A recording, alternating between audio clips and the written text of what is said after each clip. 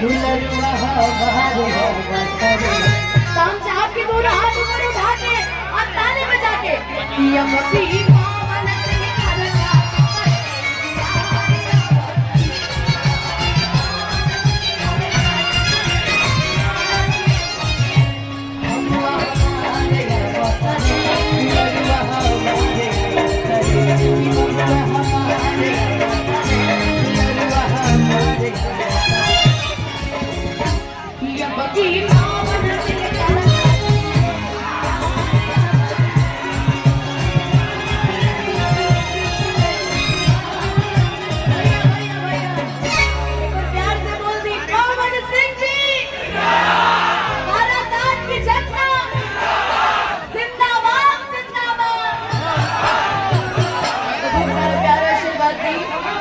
सही मुस्कुरात रही, खुश रही।